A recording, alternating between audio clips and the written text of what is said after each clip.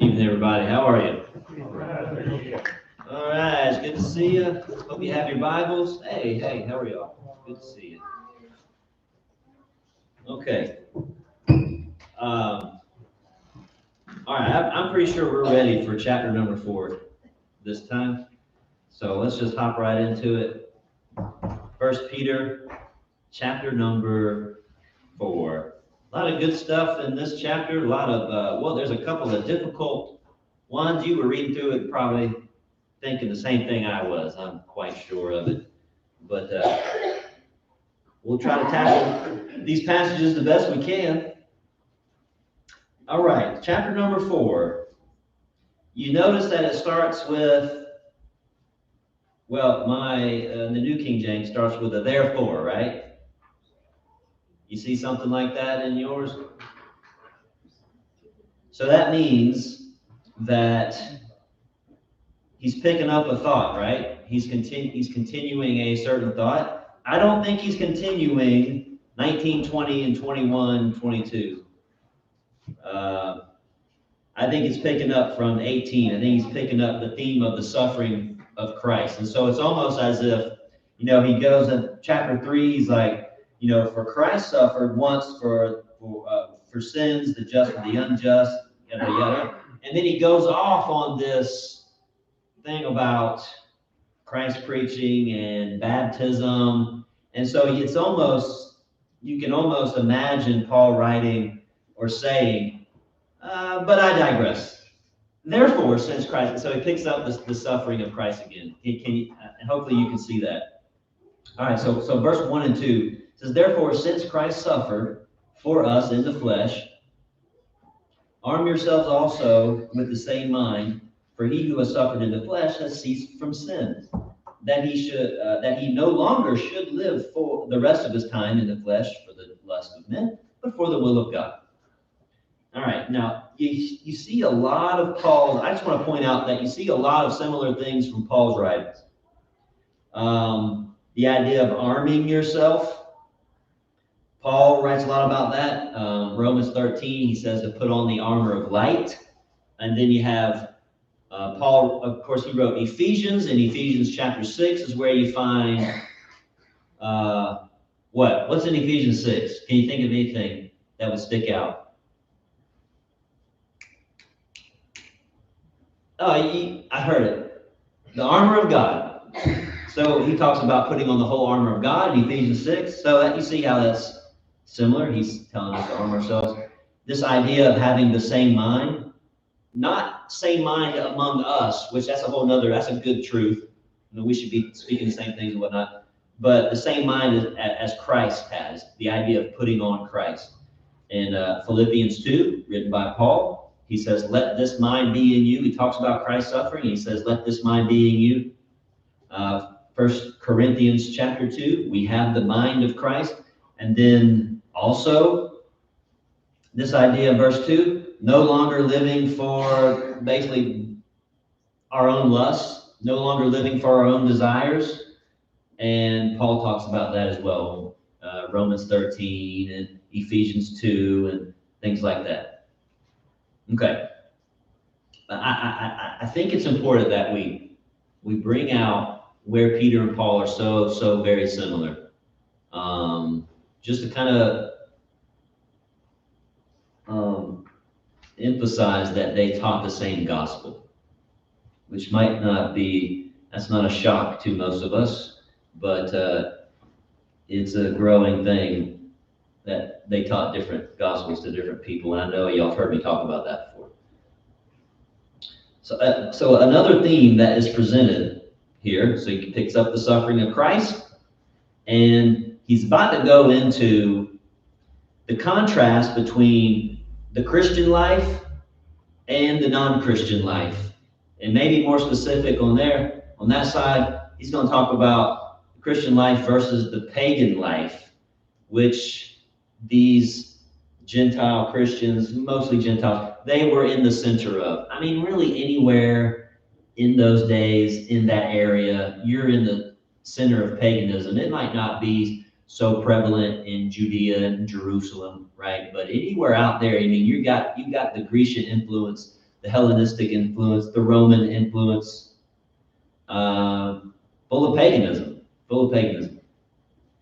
So the idea is that it would have been very tempting to just, incorporate some of that into Christian living, even into Judaism, which we know the Jews had a problem with. So why he's bringing up Christ and why he's about to go into this contrast between Christian living and non-Christian living is because Christ's suffering was the ultimate example of what it means to stand on your principles, to stand up for what you believe, and to hold fast to what you believe. That idea, to stand for the truth. Christ suffered precisely because he opposed sin. He opposed it. He had a truth to bring, and at the same time, he was bringing the truth. He was exposing error, or telling people where they were wrong, or at least telling people that they needed to change. And he died for it. And he stood for a number of other principles of truth that were pertaining to God. And so now we turn it to us. Now, since we are called to suffer, if it may come our way because of our faith, we may face some persecution, and we're called to suffer, then it's going to do us a great deal of good that we have the same kind of mindset that Jesus had. Right? And of course, we're all like, well, yeah, duh, right? Maybe they were saying the same thing, but Peter thought it necessary to write it. You got to have the mind of Christ in all things, especially when it comes to how you're dealing with your sufferings. And that's the idea of Paul says something, 1 Corinthians 15:58, where he said, be steadfast and immovable, always abounding in the work of the Lord. Steadfast and immovable. Well, that's the idea that that verse is almost telling you to anticipate some things that are going to come along who are going to try to push you to the side or tempt you to compromise and things like that. So the Christian who's willing to suffer, and there have been, we could look up martyr, there's I think it's Fox has the author Fox's Book of Martyrs. Y'all maybe have heard of it. It's a little tiny book. We can look up all kinds of stories about Christian martyrs, and even we see Stephen and in Acts chapter 7 being like what we would call the first martyr of Christianity that we know of, anyways. But the Christian who's willing to suffer obviously holds to certain principles and certain truths, or he holds to some ideals pretty strongly, right? I mean, otherwise, if you didn't hold to certain ideals or principles, whatever they may be, if you don't really hold to them strongly, you are not going to suffer for them. You are going to compromise so you don't have to suffer, just to avoid it. And then when it goes away, you be like, all right, yeah, this is what I believe in. Well, you don't really believe in it that strongly if you're not willing to suffer for it. No one, and it really, that makes sense, because no one in their right mind would voluntarily or purposely suffer for something that they really didn't even believe in, right? Not a person in there who's got everything going on up here, they wouldn't. And so it's this particular kind of mindset that kind of acts like an armor for us. It protects us against temptations. It gives us the strength to deal with certain desires and things that may come along our way, and deal with them in the proper way. Make sense? So, does that make sense? Do anybody have any comments? What about the last part of verse 1? What do you think that means? I want to make sure we don't leave that verse not understanding that. It says, for he who has suffered in the flesh has ceased from sin. What does it sound like? It sounds like he's died. They died. Yeah. Okay, so someone who has died has cease from the temptation of sin or something? Okay.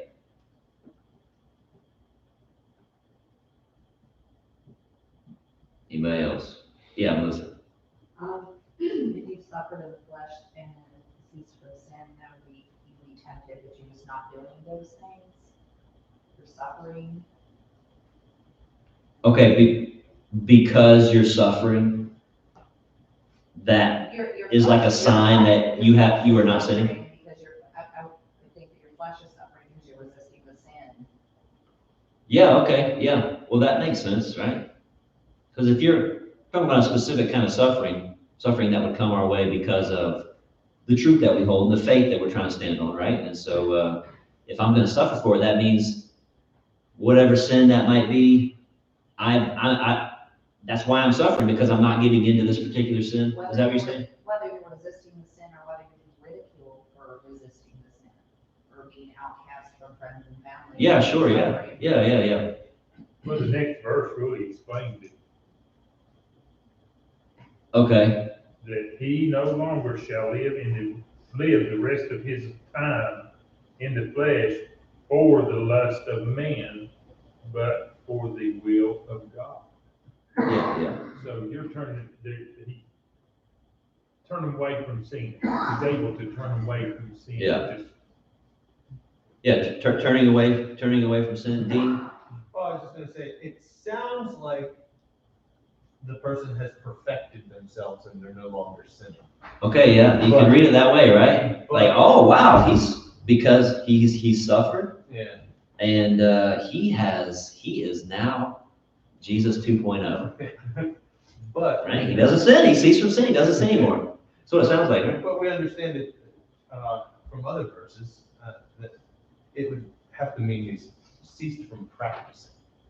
Yes. Yeah. Yes. Cease from practicing sin. Go ahead, Rick. I was just going to say, because he who was suffered in the flesh has ceased from sin. I think that's speaking of Christians that have been baptized. Oh yeah, for sure. And Yeah. of course, the next verse explains exactly that. Right. Yeah. That he should no longer live the rest of his time. Right.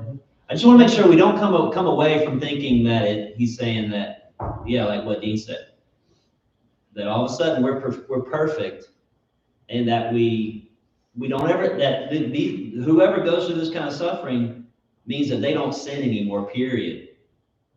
Or I definitely don't want you to come away from the verse thinking that, well, because we're willing to suffer for our sins, that God's not going to hold us accountable for the things that we do. Well, we can say God kind of overlooks it because we're willing to suffer for the truth also. That's definitely not what it's saying. Which, some Christians live like that anyways. Probably never even read that verse, and they live like that anyways. So yeah, I think what Dean was saying about it's the practice of sin. Like that the Christian who is so strong in the truth, in the faith, that they're willing to suffer, they are done. In their mind, they're done with sin. Doesn't mean they won't stumble. Doesn't mean they don't make a mistake. Doesn't mean they aren't tempted just like everybody else is. But they have kind of, in the book of Hebrews, it talks about the pleasures of sin. Well, that's no appeal for that person anymore. It's not, it doesn't look good to them anymore. They've kind of broken that relationship with sin. They're not going to get wrapped up into the practicing. They don't go out and habitually cheat on their spouse, or habitually get drunk, or habitually steal, or whatever it could be, whatever sin. You just plug it in, substitute there. No longer under sin's power. That's what it's saying. Does that make sense? You get this idea in 1 John 3 as well. 1 John 3:9. Where he says, where he's saying that because they have the seed of God in them, that they can't sin. It says they cannot sin. Oh, they're perfect. No, it just means that there's no way that person who's truly in that relationship with God is going to fall in headlong into sin. anymore because they're done with that life. They're done with that. I'm so glad you explained that. It just, years ago, I can remember hearing, I don't know, some big sermons and class about being perfect. And thinking, I'll never be perfect, so why bother? Man, who taught that? They should be fired. Maybe they were. It wasn't just in my congregation, it was, I've talked to a lot of people, it was a thing. An Yeah. interpretation of some of these verses you're bringing up in the way that people read them super literally. Yeah. And didn't think it through maybe Obviously. what harm that could cause. Wait a minute, are you saying that somebody didn't think a verse through? Oh, that's amazing. That probably never happens. You're so fortunate to have experienced that. So you have verses like, every Christian should know 1 John 1, 7 through 9. Like all of us should immediately know what that's talking about. And in verse 8 and verse number 10, it basically says, we walk around and say we don't sin anymore, or we haven't sinned. We are a bunch of big fat liars. We're liars. The truth ain't even in us. We say we have no sin. But then that same author goes on to say, well, the one who has the seed of God in him actually does not sin. Whoever's been born of God does not sin. That's 1 John 3:8. Oh, well, does not practice sin. That's the idea. If we could reach perfection here and now, then why would we ever? I don't know, but that's almost that's a little taste of heaven. If we could do that here on earth, and I don't know, that would kind of take, in my mind, it takes away from the greatness of heaven. I mean, we can experience a taste of, I'm not saying we can't experience a taste of, I think when we get together and worship and there's wonderful fellowship and love with each other, then that's a little taste of heaven. I get that part, but I don't want to rob heaven of all this joy and thinking that we get to do something down here that it's really, actually, in truth, it's only going to happen in heaven. If that makes sense. Yeah. Okay, so does the person have the mind of Christ? Does a particular person have the mind of Christ? Are they imitating Christ? Is that what I'm doing? Well, that person's willingness, or my willingness to suffer for the faith, and let's say on a less intense level, I'm talking about getting strung up, on a cross today somewhere, which they do that. I mean, I would imagine in some places, Christians are killed, but on a less intense level here in the States, mocked, take flack for our faith, we get mocked, we get made fun of, we get, we might have our jobs made harder because we're practicing Christians or whatever it might be. The willingness to suffer in those ways for the faith, to stand upon the truth, that's a pretty good indicator whether that person has the mind of Christ or not. And it's going to be pretty obvious for all to see. I mean, that's something you can't hide. Okay, any more comments before I get to verse 3? I think about this a little bit. Okay. You know how, what they're doing with the Jewish people here in the United States? Yeah, maybe like you speaking of the attack that happened in Colorado. Okay. Do you not think maybe one day they might try to do that to Christians? Oh, sure, that could happen. Yeah. I mean, yeah. I'm sure it has happened. But yeah, of course. I mean, any society, any culture could go so morally down the toilet where even the faith that the country is actually founded upon, which that's even argued about, is attacked. Yeah.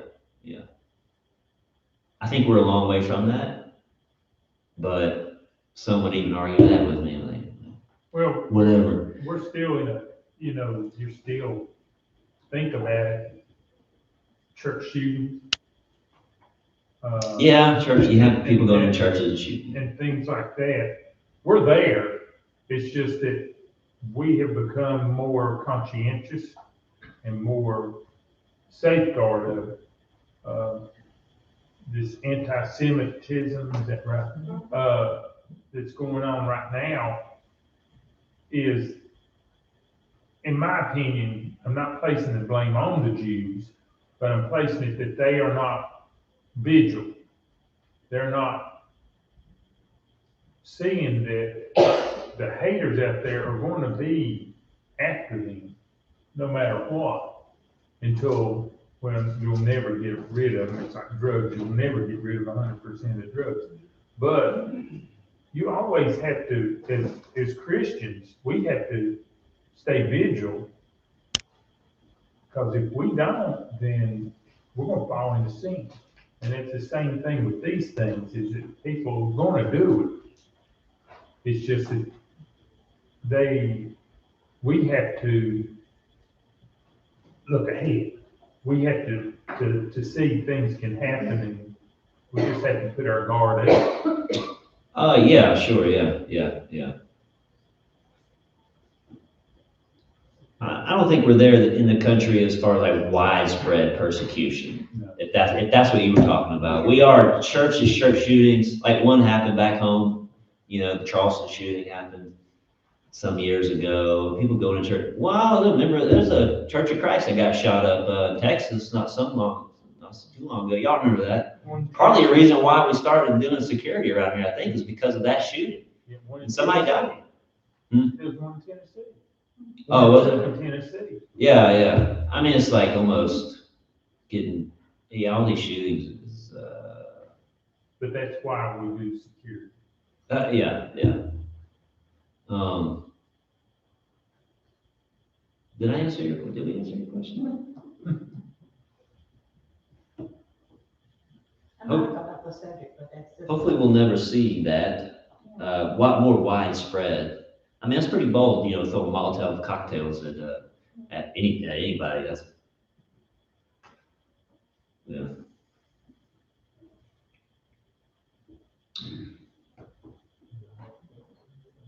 Okay, I guess we're ready to move on. Verse number 3 says, "For we have spent enough of our past lifetime in doing the will of the Gentiles when we walked in." Now, I know these words are going to be so many different translations of these words. New King James says, "When we walked in lewdness, lusts, drunkenness, revelries, drinking parties, and abominable idolatries." So to me, this verse, I think, is a good indicator that a lot of the readers of this letter were Gentile Christians who came out of the Gentile kind of life. Came out of these things right here, or maybe we're trying to come out of these kinds of things, because this is obviously what a lot of paganism right here. Of course, not all, doesn't mean that all of his readers were Gentiles. Jews can fall right headlong into this stuff as well. So I think it's important. I tend to think that by this time, we say Jew and Gentile, right? And we've said before, Jew is Jew, and then Gentiles, everybody else doesn't matter, it just falls into the Gentile. I think by this time, the way Peter was writing, you're looking at like 35 or so years, 30-something years after the death of Christ, Gentile came to be, it's possible the Gentile came to be more of a non-Christian. You want to say non-Christian, you say Gentile.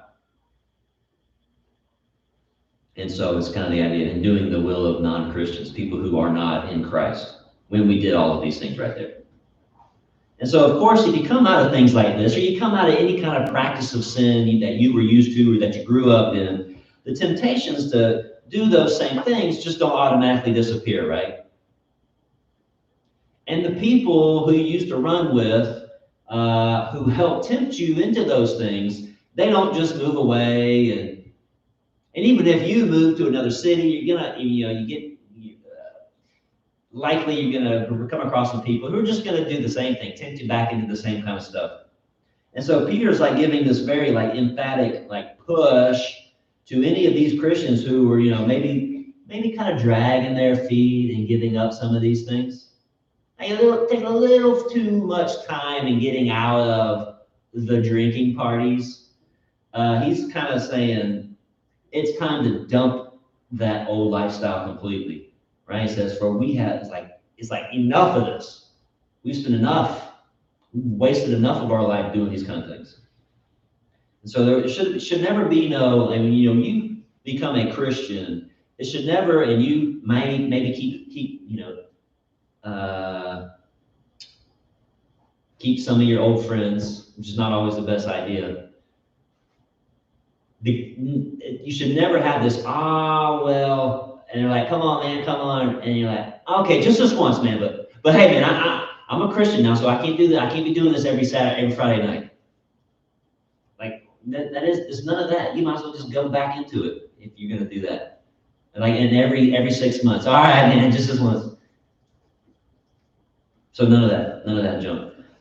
And the list of these 6 things here kind of sums up the immorality of the world. If we could put a name on it, we would be like, y'all know what hedonism is? You heard that term, hedonism? Sometimes the word is actually like used to market certain things. So, does anybody practice hedonism? No. So it's a lifestyle of maximizing pleasure and minimizing any kind of pain or suffering. So there, let your imagination run wild. And that's hedonism. Maximize the pleasure, minimize the pain. In whatever way you got to do it. Morals out the window. So if we may have to suffer because of the faith, then this kind of lifestyle that's described in verse 3 is not going to work for us. It's not going to be of any help at all. It's not going to happen. Completely opposite. That Greek word that's translated lewdness, King James will see big old word lasciviousness. It's the idea of abandoning all self-restraint and self-control. Just let it go and just go into whatever sin it is. No concern for how you're behaving privately or publicly. You just do it. No thought of public decency. You just go for it and maximize pleasure. And of course that includes every kind of definition of sexual immorality. The idea of revelries. Do y'all have an idea of what revelries are?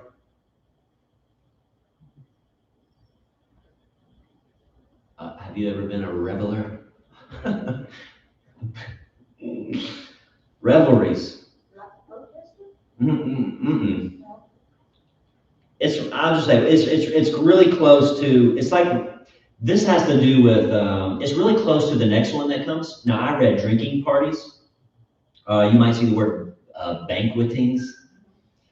It's really close to that, but revelries has to do more with has religion involved with it, and the drinking parties or the banqueting does not. And so in those days, a lot of their parties, a lot of their get-togethers, they worship the pantheon of gods, right? So, they're going to have some kind of involvement. It's like a religious feast, but at this religious feast, you kind of get to do whatever you want to do. And there's some ugly words that other translations put in there as well for that. But of course, drinking parties or these banquetings has the idea, any kind of feast at all, it doesn't have to be religious or not, as long as it's got a steady supply of alcohol. That's what that is. I was teaching a teenage class one time, not around here. This was a long time ago. And there was this one kid there in the congregation he's about 13 or 14, and he was really he really liked to challenge the teachers. He really thought he was something. And I remember, and I think we were going over 1 Peter, and we were going over like how young men should act and things like that. And he said, well, actually, he's like, well, I think I started talking about parties. Like, you can't be out partying with all your buddies and doing all the things that you ought not to be doing. I mean, some parties are okay, some parties are not. And he's like, well, the Bible doesn't really say that, we can't be going to parties and drinking and like having alcohol at these parties. And man, when I showed him this verse, and of course in the New King James, you can't do that with the King James, but we both had New King James, and he saw drinking parties. Man, if I could have took a shot at his face, he was like, and the way he went, like he couldn't believe it, like I just performed some kind of miracle or something. Yeah. Like, yeah, man, it's right there. You see that right there? He was like, that's amazing. So hopefully he took it to heart, and if he was at 13 or 14 years old, I mean, I wouldn't think he's doing too much, but who knows these days.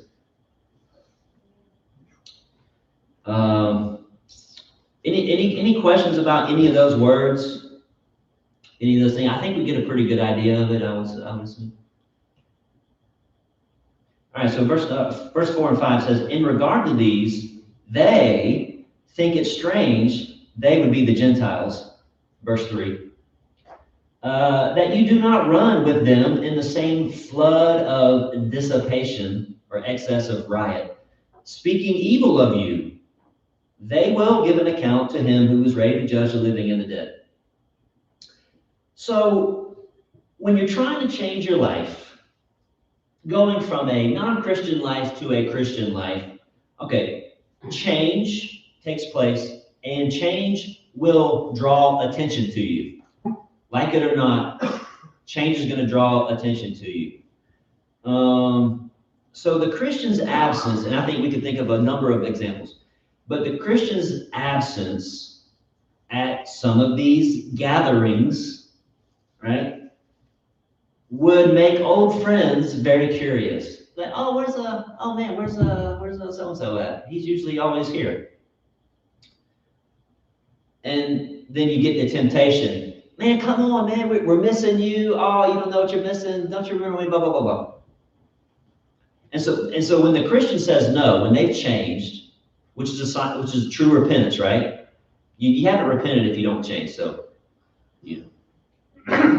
either stop wasting your breath or actually, or change if you need to hear that. But when the Christian says no,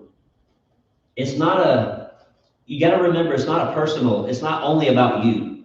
It is about you, because I am not doing that thing anymore. But you're also conveying the idea that what anyone else is wanting you to engage in is wrong, and they pick up on that. Do you see what I'm saying? Like, let's say me and Dean, when we were non-Christians, we went to drinking parties, whatever. And let's make Dean the good guy.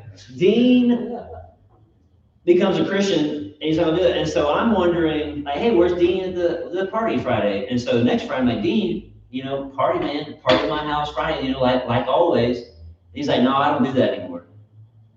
I will think, wait a minute. What? Well, am I wrong? He is casting, are you judging me, Dean? You judging me? And so that would cause me, of course, to, maybe as a non-Christian, speak evil of him. Who does he think he is? Those self-righteous Christians. So that's the idea, and this is why they think it's strange you don't run with them and doing the old things, and they speak evil of you. That's the word blasphemo, which means, speaking evil. I like the way the NIV puts it, where it says, heap abuse. They will heap abuse upon you. And that's the idea. Because not only are you trying to better yourself, but you're trying to set an example for others, and people don't like the example that you set because you're casting judgment on them, or that's the way they take it, and all of a sudden, now you're the bad guy. So does that make sense? That's why he wrote it like that. But then in verse 5, and I gotta tell you, and we're about 5 minutes left over. 5 and 6, and maybe y'all can help me on this, because sometimes I just don't pick it up. Like, I just can't pick it up. 5 and 6 are a little difficult to figure out what exactly he's saying. You might, and only 5, if it was just 5, I don't think that's a problem. But 6 kind of makes 5 a little difficult. Anyways, so verse 5 says they will give an account, and him is ready to judge the living and the dead. So it's a reminder that those hateful people speaking evil of you Christians, they are, they will give an account for the life that they live and for the things that they're doing to you. Yes, they are casting judgment upon you, Christian, by speaking evil of you, but they are going to ultimately face the judgment that matters most, and that's the one that God metes out. And so you got to imagine, like, with Christians being in the minority at this time, that it really would have felt like everybody else, your persecutors or the people who are mocking you or making life difficult for you, like they really got the upper hand. That's what it would have felt like. At times, anyways. But Peter's kind of subtly reminding them, hey, don't let it concern you. They don't actually have the upper hand. God has the final say. And in the meantime, God's going to get you through this. Because it's one thing to say, oh, don't worry about it. Judgment day is coming, honey. Well, I don't know if that really helps a lot of times. Because does that take the persecution away? Does that take, yeah, they're going to get theirs. I mean, yeah, but then we're not supposed to be rejoicing at things like that anyways. And you also got to remember that God is there, even though when we may start to doubt that he is, God is there and he will see you through it. And this is why you have the church. This is why you become a Christian, not to go live on an island somewhere and do your own Christian thing. It's to be a part of a community. It's to be a part of a body of people who are just trying to go to heaven just as bad as you are. Do I want to start verse 6? I really don't, but let's just do it anyways. So for this reason, what reason? Because the judgment is coming, because Christ is ready to judge the living and the dead. The gospel is preached also to those who are dead, that they might be judged according to men in the flesh, but live according to God in the Spirit. If I could put my paraphrase in there of it. For this reason, the gospel is preached also to those who are dead now, but were alive when they heard the gospel. That's what I think he's saying. Can't be spiritually dead.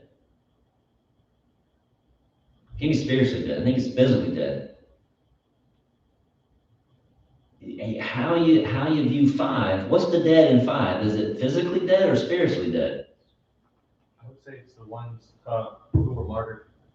I bet it was for all of us. We were probably thinking physically dead. He's going to judge the living. He's going to judge the dead. The physically living and the physically dead. You have to think, those people living, what was this, 37 Mhm, years? yeah. Mhm, yeah, I think Some so. of them had seen Christ, but some of them would not have. Yeah. And so that they could be worried about things like that, like. If you die before Christ came back? Well. Because I think that might be what's going on I've here. never seen it. Oh, yeah. And of course, they would have to think, you don't know when Christ is coming back so many times. Mm-hmm. And what about those people that, died last week, and Christ still hasn't come back, and they never saw Christ because he just became a Christian 2 years ago, that kind of thing. Yeah. So maybe that was bothering them. Yeah, I do think they would have had struggles like that, and we know that even in the book of the Thessalonian Christians had struggles with Jesus' return, and what Jesus' return meant for those who had already died. Because they were struggling with that. If you read chapter 4, 1 Thessalonians, you'll see that. So there you go. So that was like a little intro to the verse. Maybe we'll try to cover a little bit more, and I would love to know what you think, but I've got an idea, and I think it makes sense, but it might not be right. But this is why we have Bible class. And I'd love to hear your thoughts on it. Do you think in verse 5, the living and the dead are the physically living and the physically dead, or are they the saved and the lost? He's ready to judge the saved, and he's ready to judge the lost. Is that what it's saying? Because that changes verse 6. Well, how about that? We'll see what happens next Wednesday. How about it? Thanks, everybody.